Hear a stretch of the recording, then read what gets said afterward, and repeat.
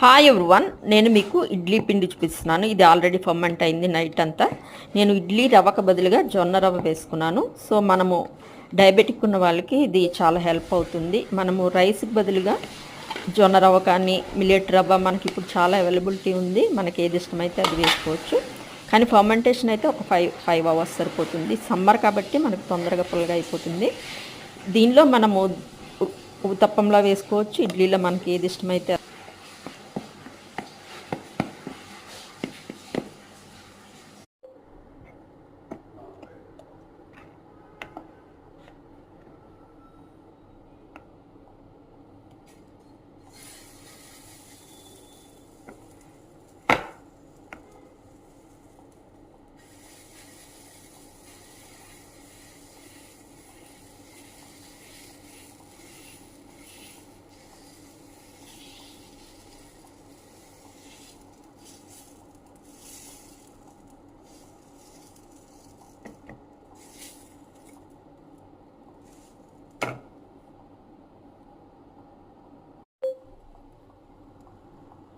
జొన్న రవ్వతో ఊతప్పని చూపిస్తున్నాను. మనం బియ్యం బదులుగా జొన్న రవ్వ వేసాను.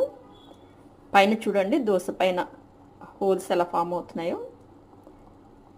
మనము రైస్ అవాయిడ్ చేయాలనుకుంటే ఇలా జొన్న రవ్వతో చేసుకుంటే మనకు హెల్త్కి హెల్త్. డయాబెటిక్ ఉన్న వాళ్ళకి కూడా ఈ దోశ చాలా మంచిది. జొన్న రవ్వతో ఊతప్పం చూడండి ఇలా వస్తుంది.